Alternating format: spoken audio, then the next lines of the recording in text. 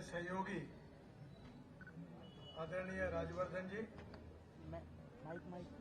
मंच पर उपस्थित सभी सम्माननीय मंच पार्टी के सभी सम्माननीय पदाधिकारीगण और उपस्थित सभी कार्यकर्ता भाई और बहनों, विशेष रूप से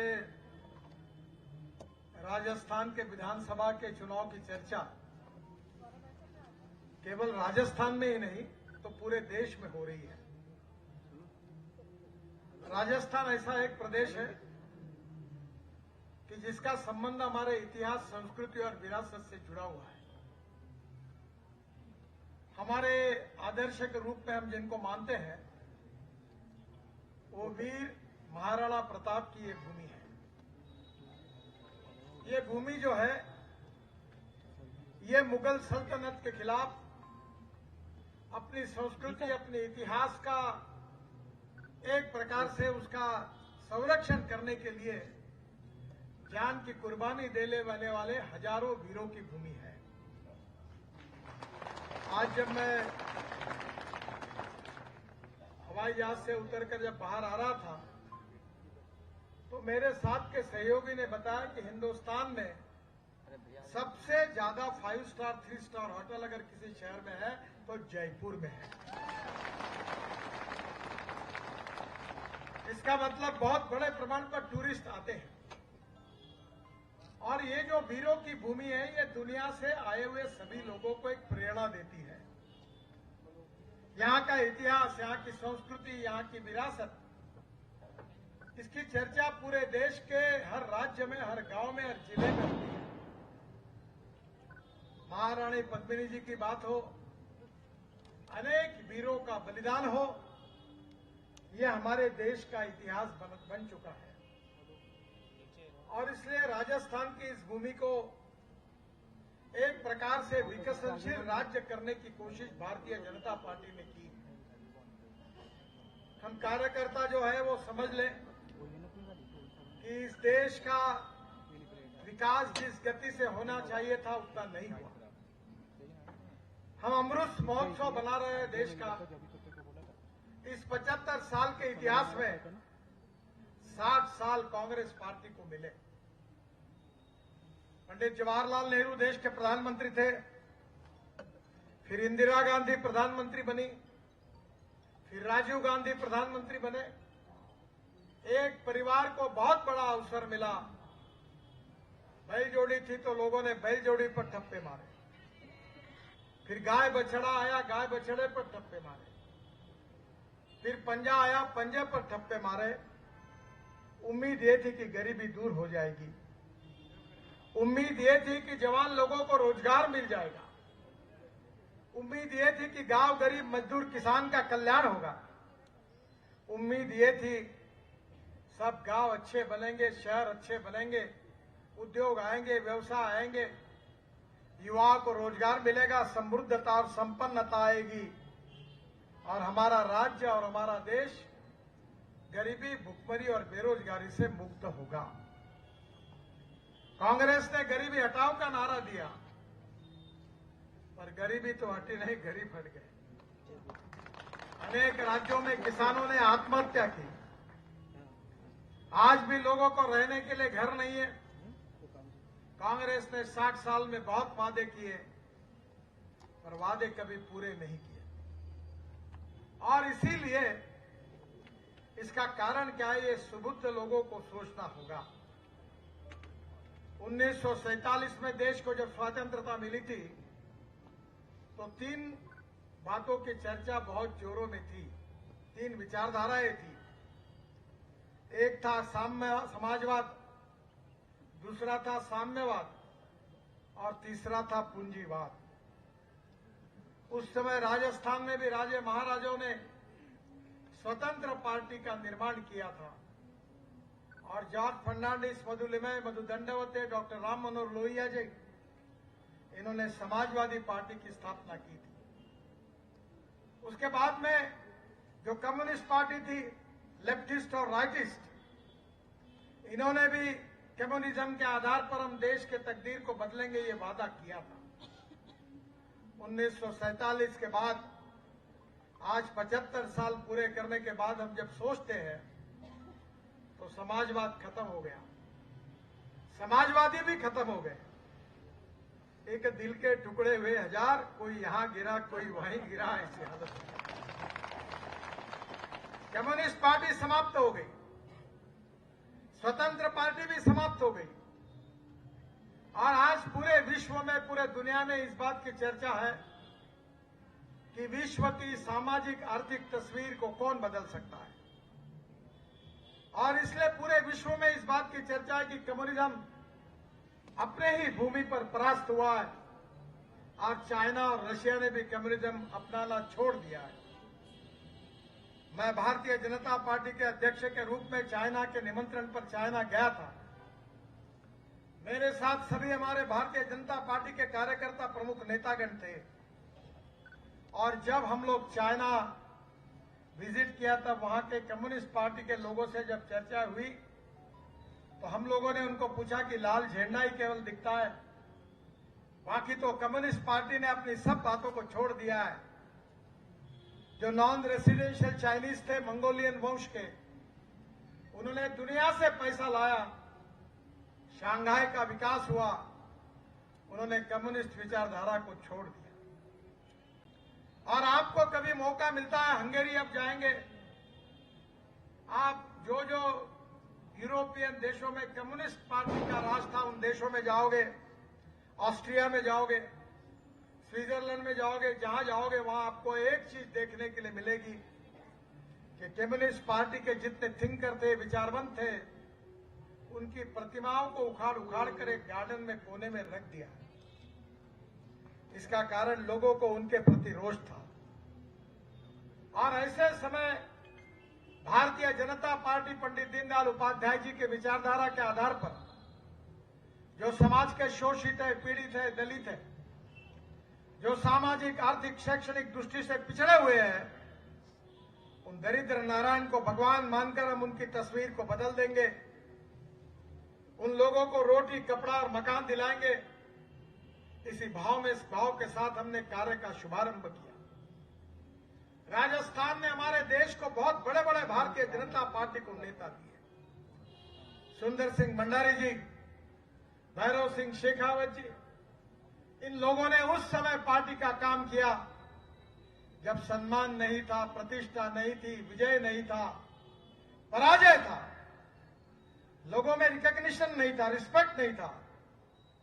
फिर वे जनसंघ के रूप में कार्यकर्ता काम करते रहे। जनता पार्टी का उदय हुआ, लोकतंत्र खतरे में इंदिरा जी ने डाल दिया, राजनीतिक नेताओं को मिसा के अंदर जेल में बंद कर दिया, न्याय व्यवस्था को उध्वस्त कर दिया, मीडिया पर नियंत्रण लाए। तब उसी समय लोकतंत्र को बचाने के लिए जनता पार्टी की निर्मित हुई, जयप्रकाश जी के नेतृत्व में। मुझे याद है, मैं 1975 में पहले साल महाविद्यालय में गया था। मैंने कॉलेज छोड़ दिया, इमरजेंसी के खिलाफ काम करने लगा। मेरे घर वाले बहुत नाराज थे, उनकी इच्छा थी कि मैं इंजीनियर बनूं, पर मैंने परीक्षा दी और मुझे 52% ही मार्क मिले, और मुझे साइंस ग्रुप में 49.26% मिले, जिसके कारण मैं इंजीनियरिंग के लिए डिस्क्वालीफाई हो गया। तो इमरजेंसी ने और जनता पार्टी ने मेरा बहुत नुकसान किया, ऐसा मेरे बहनों को और मां को लगता था। पर मैंने उनके आशीर्वाद मेरे साथ थे, मैं इंजीनियर नहीं बना, पर आप मुझे 7 यूनिवर्सिटी की डॉक्टरेट डीलिट्स मिल गई, और वर्ल्ड में 7 रिकॉर्ड हुए, वर्ल्ड रिकॉर्ड। तो मुझे पछतावा नहीं है, पर मैं उस समय अपने कार्यकर्ताओं को देखता था, और मुझे खुशी है कि जनता पार्टी के बाद देश में लोकतंत्र बचा, पर जनता पार्टी चल नहीं पाई। दुर्भाग्यवश भारतीय जनता पार्टी का निर्माण हुआ, और हमारी पार्टी की परिस्थिति 1980 में अटल बिहारी वाजपेयी भी चुनाव हार गए। तब लोग ये कहने लगे कि अटल बिहारी वाजपेयी और अडवाणी जी को देखकर बोलने लगे, हम लोग हमारे दो, क्योंकि हमारे 2 सांसद चुनकर आए थे। और मुझे खुशी है कि कार्यकर्ताओं ने अपने विचारों पर श्रद्धा रखकर, जीत हो या ना हो, जीत हो या हार हो, हम चलते रहेंगे, यही अटल जी का संदेश था। उसके आधार पर हम कार्य करते रहे। अटल जी के नेतृत्व में हमारी सरकार आई और बाद में 2014 में मोदी जी के नेतृत्व में हमें पूर्ण बहुमत मिला। ये जो इतिहास था, ये इतिहास कार्यकर्ताओं ने बनाया हुआ इतिहास है। हमारी पार्टी ये मां बेटों की पार्टी और पिता पुत्रों की पार्टी नहीं है। प्रधानमंत्री के पेट से प्रधानमंत्री नहीं पैदा होता, एमपी के पेट से एमपी पैदा नहीं होता, मुख्यमंत्री और मंत्री के पेट से मंत्री नहीं होते। मैं तो एक मामूली कार्यकर्ता था, पोस्टर चिपकाता था। मेरा हैंडराइटिंग बहुत खराब था, तो चूना लगाने का, काले दीवार पर चूना लगाने का काम करता था। मैंने अपना बायोडाटा कभी नहीं छापा, किसी के गले में हार नहीं डाला, कटआउट तो मैं खुद का भी नहीं लगाता और किसी का भी नहीं लगाया। फिर भी मैं इसलिए इस पार्टी का दिल्ली आकर पार्टी का अध्यक्ष बना। मुझे दिल्ली मालूम नहीं थी, पर दिल्ली आकर मैं अध्यक्ष बना। तब मैंने कहा था कि जिस कुर्सी पर अटल बिहारी वाजपेयी बैठे, उस कुर्सी पर बैठने का मुझे मौका मिला। और इसका कारण क्या है? इसका कारण ये पिता पुत्र और मां बेटों की और परिवारवाद पर चलने वाली पार्टी नहीं है, ये कार्यकर्ताओं की पार्टी है, ये आपकी पार्टी है, ये इस पार्टी की विषय है।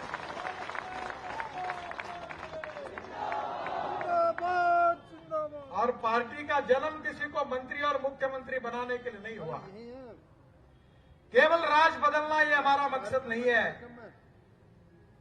हमें इस देश की गरीबी, भूखमरी और बेरोजगारी को, देश को दूर करना है, यही हमारा मकसद है। जो समाज का आखिरी व्यक्ति है, उसके साथ न्याय करना ही हमारा मकसद है, यही हमारी विचारधारा है। और इसलिए हमने 2014 में यह तय किया कि इस देश की गरीबी दूर करनी है तो उद्योग आने चाहिए, व्यापार बढ़ना चाहिए, निर्यात बढ़नी चाहिए, इस देश में किसान की आमदनी बढ़नी चाहिए, युवाओं के हाथों को रोजगार मिलना चाहिए, तब समृद्ध और संपन्न हिंदुस्तान बनेगा। पर उद्योग अगर बढ़ाने हैं, अगर खेती में अगर विकास करना है तो पानी और बिजली लगे। उद्योग अगर बड़े करने हैं, व्यापार को बढ़ाना है तो पानी चाहिए, रोड चाहिए, बिजली चाहिए, कम्युनिकेशन के साधन चाहिए, water, power, transport and communication. मुझे याद है अटल बिहारी वाजपेयी जब प्रधानमंत्री थे तो मैं मुंबई में था, मैं मंत्री था। आप कभी मुंबई जाओगे तो समुद्र में एक बहुत बड़ा ब्रिज बना है, वर्ली बांद्रा सीलिंग प्रोजेक्ट, वो बनाने का सौभाग्य मुझे मिला। मैंने 55 फ्लाईओवर्स उद्यानपुर मुंबई में बनाए और उस समय मुंबई और पुणे के बीच में एक एक्सप्रेस हाईवे का निर्माण किया। तो वाजपेयी जी ने मुझे बुलाया और मुझे कहा कि नितिन, तुमने मुंबई में बहुत काम किया, अभी दिल्ली आओ और इस देश के गरीब लोग जो है, किसान है, जो गांव में रहते हैं, उनके गांव को मजबूत रोड बनाने के लिए तुम एक योजना तैयार करो। मेरे अध्यक्षता में एक कमेटी तैयार हुई। पटवा जी उस समय ग्रामीण विकास मंत्री थे। मैंने एक योजना बनाई, वाजपेयी जी को दी। 15 दिन के अंदर डॉक्टर अब्दुल कलाम साहब ने लाल किले पर उस योजना की घोषणा की, जिस योजना का नाम था प्रधानमंत्री ग्राम सड़क योजना। आज भी देश की सबसे लोकप्रिय योजना है। हर गांव को मजबूत रोड से जोड़ने का काम हिंदुस्तान के इतिहास में किसी नेता ने किया है तो उसका नाम अटल बिहारी वाजपेयी है। मुझे याद है कि जब मेरे पास वाटर रिसोर्सेस डिपार्टमेंट था, राजस्थान में पानी की कमी थी। इंदिरा कैनाल को 2,500 करोड़ रुपए देकर मैंने उसके कंक्रीटीकरण को मंजूर किया। और अभी परसों ही मैं यहां आया था, अब मुझे पता चला कि राजस्थान के 7 जिलों को केवल कांक्रीटीकरण करने के लिए जो पानी मिलता है वो पानी पंजाब से आगे से राजस्थान तक पहुंच रहा है। उसी समय राजस्थान को पानी मिलने वाली लखवा, रेणुका, किशाऊ, ताजेवाला, उस समय के सिंचाई मंत्री थे जो अपने वसुंधरा जी के मंत्रिमंडल में मंत्री थे, अभी मुझे डॉक्टर राम प्रताप जी, वो मेरे पास आते थे। मैंने सब योजनाएं मंजूर की और राजस्थान में अब सुजलाम सुफलाम होगा, इतना पानी हमने उपलब्ध करा कर दिया और योजनाएं बन रही हैं, रोड बन गए। आज मैं इसी एयरपोर्ट पर उतरा, वसुंधरा जी मुख्यमंत्री थी, चिंता में बैठी थी। जयपुर के रिंग रोड का काम नहीं हो रहा था। उनके अधिकारी कहते थे, मैं बोला ये हो जाएगा, बोले मुख्यमंत्री जी बहुत मुश्किल है। अरे बोला तुम बाजू हटो, मेरे पास कोई मुश्किल शब्द नहीं है। इम्पॉसिबल शब्द का अर्थ मेरे डिक्शनरी में है आई एम पॉसिबल, ऐसे कैसे नहीं होता। मैंने कॉन्ट्रैक्टर को टर्मिनेट किया, नया मॉडल बनाया। अब मैं हवाई जहाज से, हेलीकॉप्टर से देखता हूं जयपुर के रिंग रोड का काम पूरा हो गया। राजवर्धन जी मेरे पास आए, दिल्ली जयपुर रोड इतना खराब था, इतने कॉन्ट्रैक्टर भाग गए, इतनी तकलीफ होती थी। वो किशनगढ़ तक का रोड हर जगह प्रॉब्लम था। सब सुधारते सुधारते अभी 6 महीने पहले मैंने 1300 करोड़ उनके कहने पर मंजूर करके दिए, सब उड्डान पुल बन रहे हैं। अब दिल्ली से मुंबई हाईवे बन गया और आज उस हाईवे में दिल्ली से अभी जो जयपुर आप आते हैं, कहां से? दासना से, दौसा से। अब दौसा के पहले और एक रोड बना रहे। तब ये मेरे पास आए थे राजवर्धन जी और सब लोग कि यहां से सीधा रोड बना दो जयपुर के लिए। तो बना दूंगा, उसका भी काम शुरू है, शायद 3-4 महीने में पूरा हो जाए। दिल्ली से जयपुर 2 घंटे में, दिल्ली से देहरादून 9 घंटे लगते थे, 2 घंटे में, हरिद्वार 1.5 घंटे में, अमृतसर 4 घंटे में, श्रीनगर 8 घंटे में, कटरा 6 घंटे में। अब परिस्थिति बदल गई, बेंगलोर से चेन्नई जाने के लिए 8 घंटे लगते थे, अब 2 घंटे में। बेंगलोर से मैसूर जाने के लिए कम से कम 4.5 घंटे लगते थे, अब 1 घंटे में। हमारे यहाँ मेरठ हाईवे बना, मैं लोगों को बता रहा था कि 45 मिनट में होगा, तो पत्रकार हंसने लगे, क्योंकि 4.5 घंटे लगते थे। अब दिल्ली से मेरठ 45 मिनट में हो गया। लोग मुझे बता रहे थे कि हम आइसक्रीम खाने के लिए आते हैं। मैं और आपको जयपुर वालों को आइसक्रीम खाने के लिए दिल्ली लेके जाऊंगा और दिल्ली वालों को कचौरी खाने के लिए जयपुर लेके आऊंगा।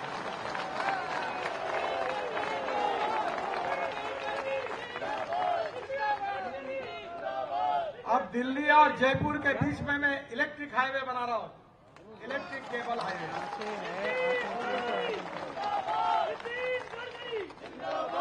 अब बढ़िया बिजनेस क्लास के सीट में बैठोगे, दिल्ली से जयपुर 2 घंटे के अंदर शहर में आ जाओगे।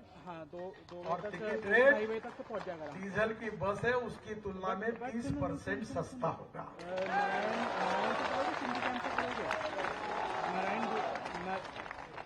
भाई सब कुछ हो सकता है। दिल्ली की बसेस, मैंने कहा था कि इस देश का किसान बिजली तैयार करेगा, ईंधन तैयार करेगा, ethanol, methanol, biodiesel, bio LNG, CNG सब लेके आए। मेरे पास 3 गाड़ियां हैं, हर्षवर्धन जी ने देखी है। एक हाइड्रोजन पे चलती है, मर्सिडीज जैसी है।